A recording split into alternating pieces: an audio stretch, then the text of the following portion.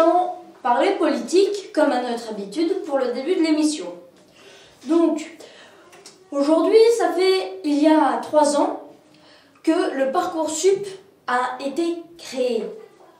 La réforme du bac, pareillement, et le CNU, le SNU. Service national universel.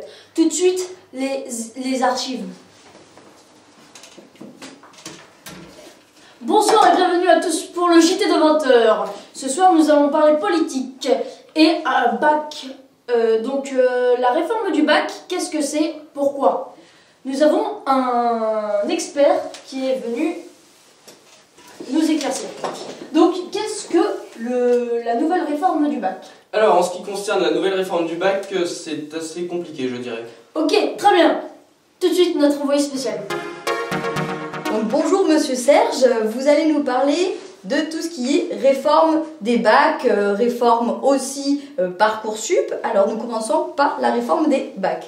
Ok, bon, pour la réforme Parcoursup, il est vrai que c'est une belle réforme, c'est une plateforme qui va proposer aux élèves de faire leurs vœux et d'être pris dans l'école de leur choix. Il propose sur cette plateforme une boîte vocale où les élèves pourront s'enregistrer pour quelconque demande et afin d'être recontactés après par des conseillères Pôle emploi en cas d'éventuel refus. Et ça, c'est vraiment pratique pour anticiper sur leur éventuelle vie professionnelle en cas de refus, parce qu'il faut quand même qu'ils aient quelque chose derrière, du débouché. C'est vraiment ingénieux. Et parlez-nous donc de la réforme Parcoursup.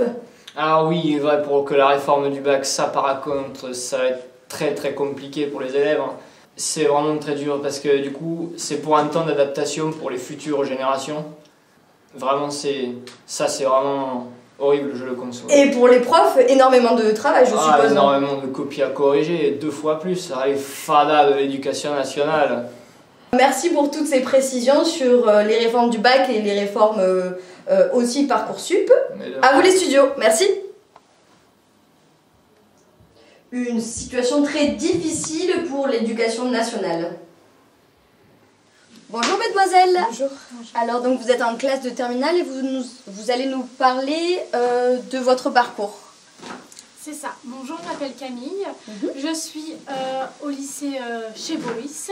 Vous avez eu des problèmes d'orientation, il me semble. Excusez-moi.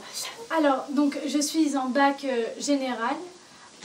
J'ai pris comme option maths, SVT, physique, chimie.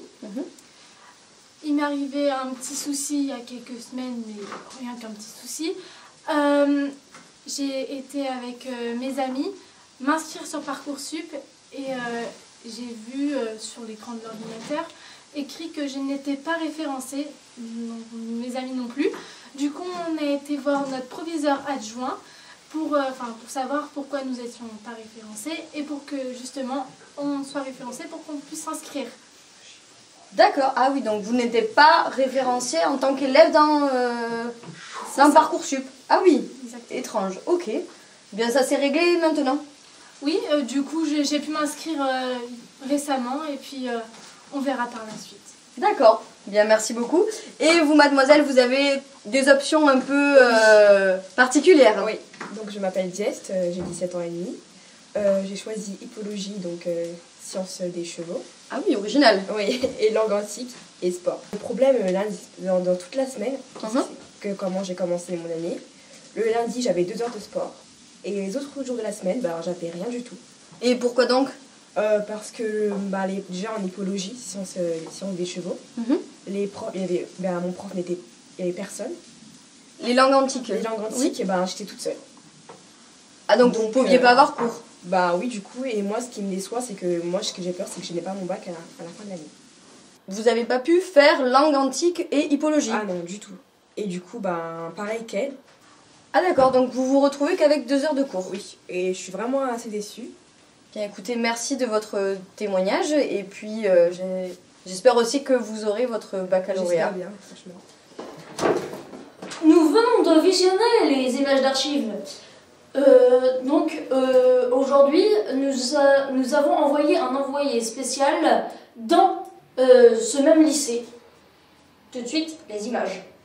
Nous sommes donc ici en présence du proviseur dans le lycée chez Boris pour un retour sur nos interviews précédentes. Bonjour monsieur. Bonjour, oui, donc monsieur Boris, je suis le proviseur. Oui. Alors, il y a quelques années, nous avions interviewé le professeur monsieur Serge. Nous voulions l'interroger à nouveau sur les questions des réformes du bac. Très bien, monsieur Serge, vous pourrez l'interroger à Pôle emploi.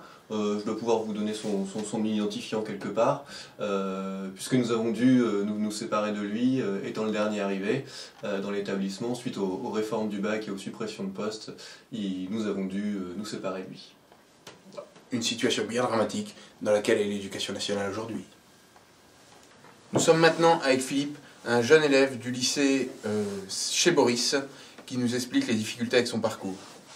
Alors Philippe, il me semble que vous avez un parcours assez torturé. Ah oui, ça c'est sûr. Je fais partie de la génération de test, c'est-à-dire que j'étais dans la première génération à devoir faire le SNU, le service national universel. Et en fait, quand j'ai reçu ma convocation, il s'avérait que c'est tombé le même jour que mon oral, mon grand oral pour le bac, auquel j'ai donc pas pu assister.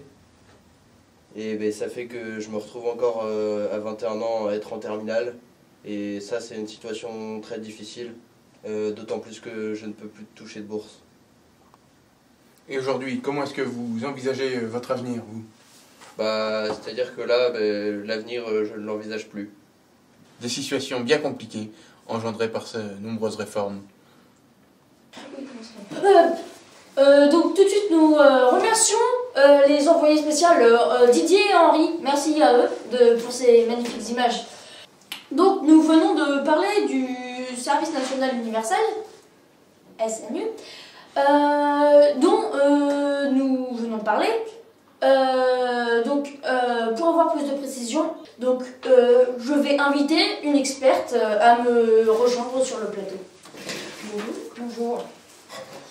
Alors en effet, il y a 3 ans, le SNU, donc Service National Universel, a été installé. Oui, je le précise. Donc c'est un service obligatoire de durée d'1 mois. Lors de la première phase qui dure 1 mois, il y a un apprentissage de gestion de crise, de défense, où les... D'accord ? Où du coup les jeunes, entre 16 et 18 ans, vont vivre en collectivité dans des bases militaires. Alors Macron a précisé dans son idée les piliers qui fondaient ce SNU, qui serait impliquer davantage la jeunesse dans la vie de la nation, faire prendre conscience des enjeux de la défense et de la sécurité nationale, et développer la culture de l'engagement chez les jeunes.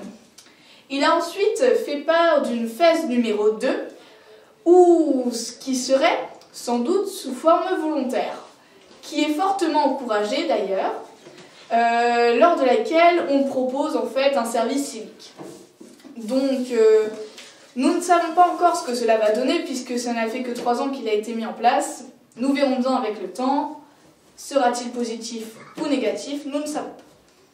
Voilà. Avez-vous d'autres questions? Non.